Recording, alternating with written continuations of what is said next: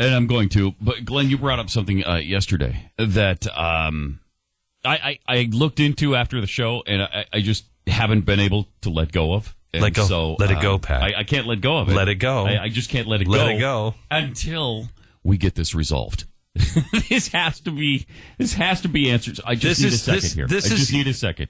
Really? Yeah. This comes from Pat. Yesterday he was obsessing. I'm assuming you're talking about the Alexandra lady. Carl. Yeah. Mm-hmm. He was obsessing about this all day on the plane, and he's like, "You need to sue.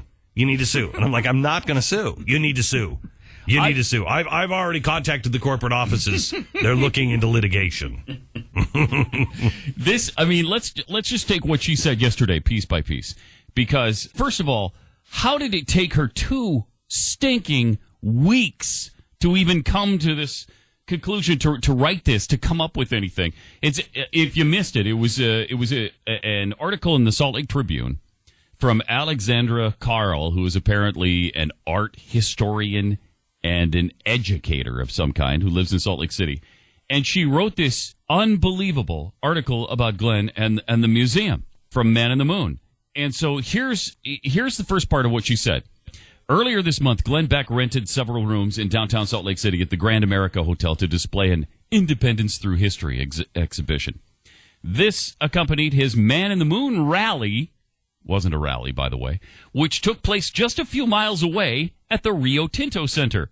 Now, even if you had a passing interest in accuracy and or truth, and you were writing what you considered to be a scathing expose on someone, wouldn't you at least try to get the location of the main event right? No, not necessarily. Not if I was a journalist in today's world. I mean, no, I wouldn't. Apparently not. Apparently she's subscribed to that theory. Yeah, she doesn't care. She couldn't so much as Google where the event took place? No, here's even better. The editors couldn't even Google. That's right. And they still... They did eventually correct this one, I guess. Is it true that now it does say USANA Amphitheater? So they have. They may have corrected it because we mentioned it yesterday morning. Yeah, when Pat was on the plane with me, and he comes up to me. He's like, "Look at this! Look at this!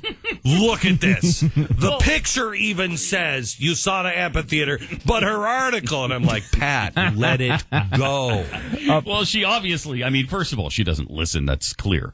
But there were billboards up all over Salt Lake City. There were ads running. There were news stories. It wasn't exactly a secret. Okay, it was pretty obvious. We had to sell 20,000 seats. Yeah.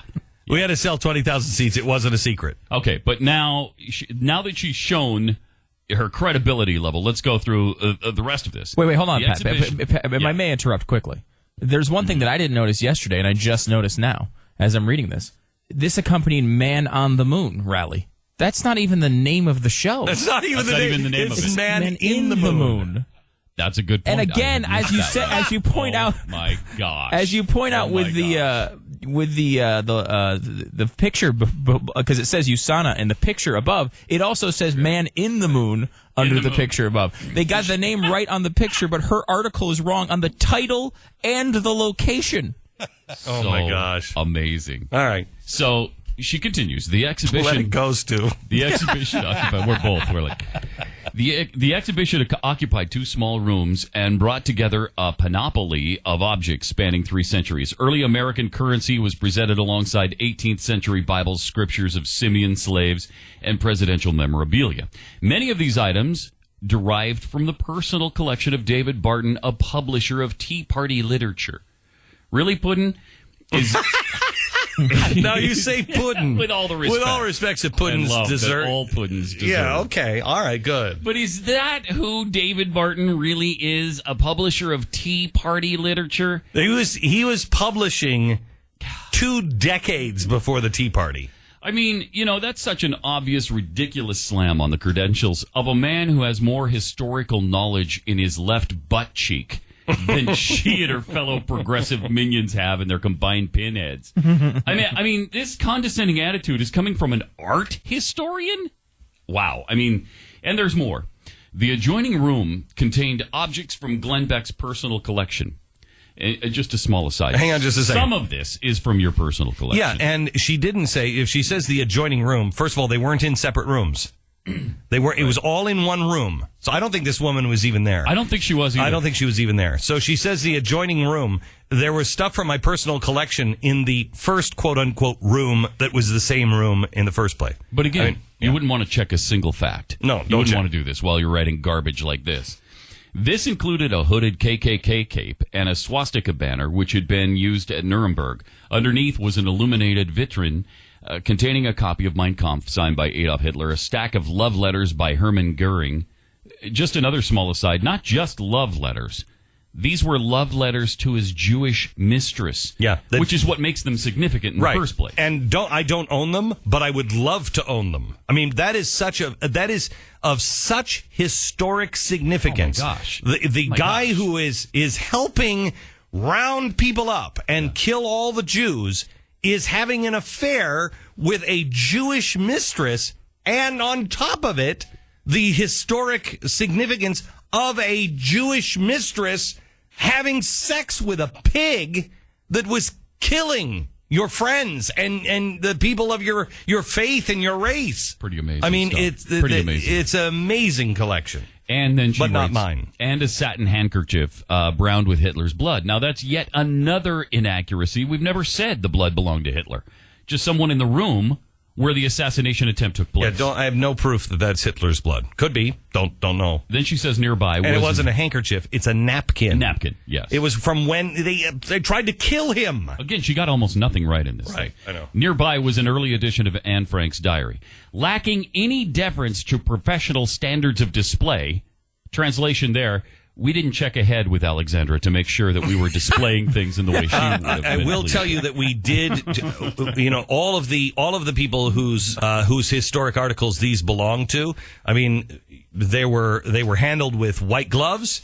Some of these were in humidified cases. I mean, what else do you want? We wired it for cameras. We wired it for alarms. And all of those things are to the standards of display. Yeah. I mean, everything. I mean, when you have to bring in humidified cases to have some documents in, I don't know what else you want me to do. And these people are why does she care? These are some of the keepers of some of the finest private museums in the world. I mean, I know they're not kindergarten teachers, so maybe they don't have all the knowledge. No, kindergarten art teachers. Right. Kindergarten art teachers. So she continues. Beck's exhibition offered no connection between these items and the early Americana nearby. Yeah, we did. You spoke often and on virtually every tour, not to mention radio and TV show leading up to the event, about those connections. We talked extensively about the connections. I've talked about them for years. I keep getting in trouble because I keep talking about the connections between those events of the past and today. Yeah, and if I might add as well, the entire Man on the Moon project, the show, was all about the ongoing cycle of events of humanity, where we reach really high highs and we have really low lows. The best, the brightest things we can do, and then we always seem to turn to these dark, dark moments. That was the entire message of the weekend. Yeah. And that's exactly what you did in the museum. Side of the moon. Yes, and that's exactly what you did in the museum. That was our event. Mm-hmm. That was our event. I don't know about Man on the Moon that happened at the Rio Tinto Center. I don't know what that one was about. But Man in the Moon at the USANA Amphitheater, that's what that was about. Right. Well, here's the thing, though. From a museological perspective, the show was brazenly dilettante. It was, I'm sorry, what? It was brazenly dilettante. It was? Yes, it was. I didn't know that. So, is that what you said? By brazenly dilettante, she's apparently alleging that your knowledge of the subjects was superficial. But hers isn't. And this coming from a woman who didn't even know where the main event was taking place. Right. I mean, really, Ms. Kettle? Right. How black is the pot? Come on. How brazenly dilettante of her. This whole article is brazenly dilettante. And I love this line. Known to be a fringe demagogue. There's a credible objective statement. He's known to be. That's me, right? Yes. Yeah. You're known by whom? Is there science involved? You're known by her progressive communist family and friends to be a fringe dilettante. Yes. Right. Or a fringe demagogue. But in referring to demagoguery, you can be believed to be, you can be thought to be by some. You're not known to be a fringe demagogue. I mean, as far as I can tell, Alexandra Karl is known to be a total raving buffoon, but that's known That's to your be by me. Yeah. There's much more here, and it gets so much worse, and that's where I think legal comes into this. But it is unbelievable. Can you take can you finish this, or am I going to have part two? We're going to have part two. I don't have time to finish it now. All right. Here's our response to this. Let it go, Pat. I can't. Let it go. I can't. Because this is where he's serious, Stu. He's serious. Yeah. He has called legal yesterday, and he is making the case legal. Legal needs to be involved. Absolutely. I mean, absolutely. Rarely can you do that sort of thing on an opinion piece, but there's so many seemingly intentional mistakes. I mean, I keep thinking this stupid. He right? pointed some stuff out that's coming. He pointed some stuff out that I do believe actually legal could be called. I think so. Yeah. I think so. We're going to get into that coming up. All right. Here's our sponsor this half hour. What's the longest running problem in your life? Alexandra Karl. Mike will tell you that the phones are 25. exploding. Everybody is saying sewer. Yeah, Everybody is saying she sewer. needs to be sued. And you haven't. I haven't even got to the suing part Okay, yet. go ahead. But okay, so she says Beck has drawn parallels between Nazi history and contemporary American politics. Goes on and on about that stuff. Then she says, to start, I can't help wondering what prompted Beck to collect such macabre objects and include them among his personal belongings. Well, had you ever listened, Pumpkin, to the show, you wouldn't have to wonder. We've discussed it often. Right. Showing this history is critical, and allowing people to see what happened could help us avoid repeating those mistakes in the future. You Correct. learn from the past. I know that's all Greek to a progressive like you. Also, Art history. again, much of what we're talking about isn't owned by Glenn. But she goes on to, and here's where it really gets ugly. Surely harboring such items adheres to a personality cult and suggests a sympathizer rather than a critic. So here Alexandra moves beyond simple buffoonery into defamation territory, suggesting that Glenn, who's fought so hard for Israel, for Jews, in fact, he's fought so hard that he's received the Defender of Israel Award, the highest award given by these organizations, and one normally reserved for people like Benjamin Netanyahu, the Prime Minister of Israel. Not from one, not two, but three separate Zionist Jewish organizations. Glenn is a guy whom Benjamin Netanyahu referred to as a friend of Israel, a man who's the only Christian to ever be allowed to hold an event on Jerusalem's sacred Temple Mount by the chief rabbi of all of Israel's holy sites. So to suggest that man is a Nazi sympathizer, that goes beyond plain unadulterated stupidity. It's beyond blind, absurd hatred for somebody you clearly don't know anything about and obviously don't listen to. That's character assassination. That's defamation territory, and it's bearing false witness. And she cares about that. I'm sorry, Alexandra. What have you ever done for Israel?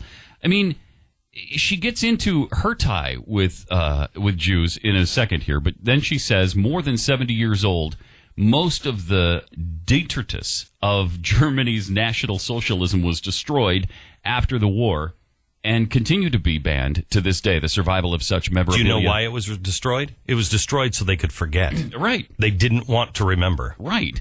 But she keeps the smear going because she says much of the survival of the memorabilia can only be achieved with the help from Nazi sympathizers wishing to pass on the torch. She's alleging here, she keeps the smear going, just in case you missed it the first time, by calling you a Nazi sympathizer who's preserving this stuff to keep it going. I mean, that is unbelievable. I mean, there's much more here, but you only gave me 4 more minutes. Well, maybe we'll give you time in court because maybe there's a court case here that we should look into.